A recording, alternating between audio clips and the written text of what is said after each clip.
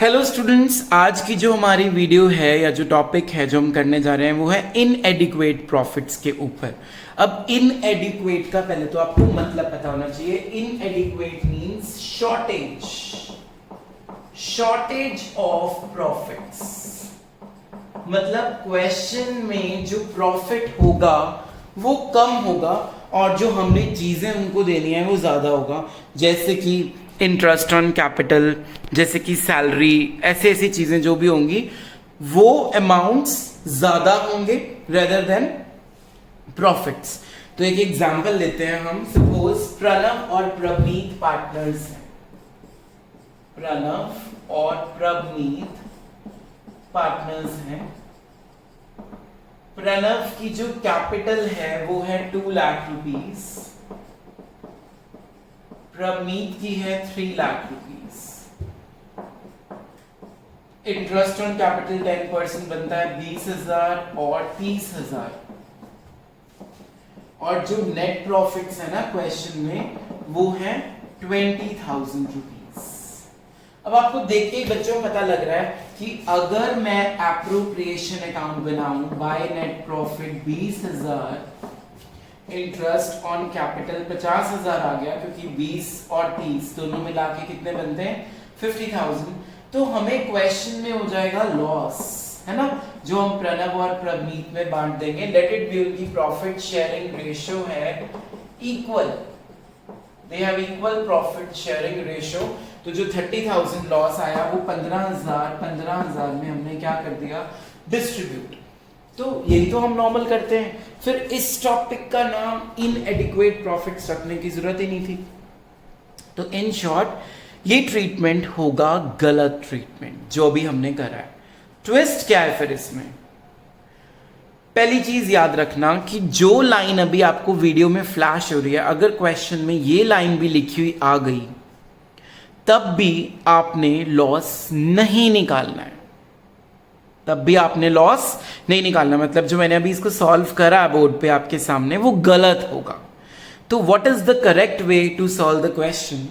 हमेशा याद रखना, जब भी क्वेश्चन में इनएडिक्वेट प्रॉफिट्स हुए या जो लाइन आपके पास अभी फ्लैश हो रही है, तो आपको क्वेश्चन कैसे करना है देखिए। 20,000 देने हैं प्रणव को, 30,000 देना है प्रनीत को। तो 20,000 और 30,000 की रेशियो निकाल लेते हैं, वो बनेगी 2:3। मतलब इस क्वेश्चन में ये जो प्रॉफिट शेयरिंग रेशियो थी इक्वल, वो क्या बन गई बच्चों, यूजलेस बन गई। क्या बन गई वो, यूजलेस बन गई।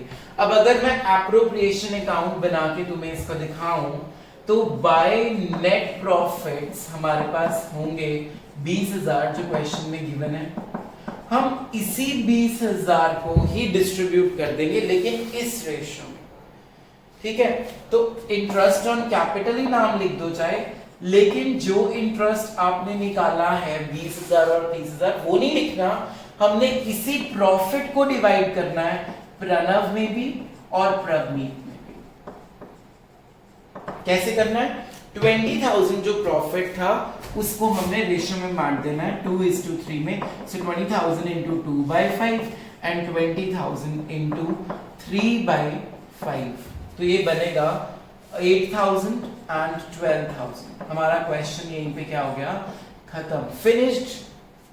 यही है आज का टॉपिक, बस इतना सा समझो कंसेप्ट को। पहले कंसेप्ट क्या है, इनएडिक्वेट प्रॉफिट्स। इनएडिक्वेट का मतलब क्या होता है, प्रॉफिट्स कम हैं लेकिन जो आपने उनको पे करना है वो ज्यादा है।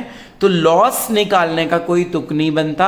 आपने क्वेश्चन के अंदर लॉस शो नहीं करना अगर ये लाइन लिखी हुई या फिर इनएडिक्वेट प्रॉफिट्स वर्ड क्वेश्चन में हुआ।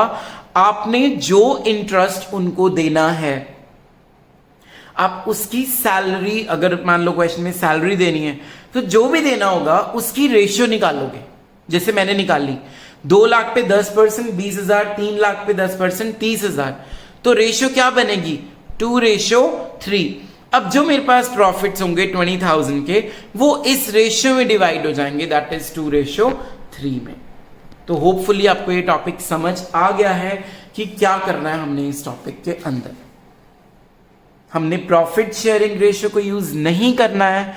जब भी इनएडिक्वेट प्रॉफिट्स होंगे हमने नई रेशियो कैलकुलेट करनी है, जो समान उनको देना है, इंटरेस्ट ऑन कैपिटल का, सैलरी का, कमीशन का, कुछ भी हो सकता है, उसकी रेशियो फाइंड आउट करनी है।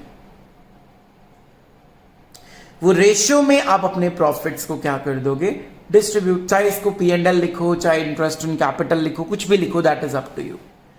ठीक है, तो आज की क्लास इतनी सी ही थी। Thank you.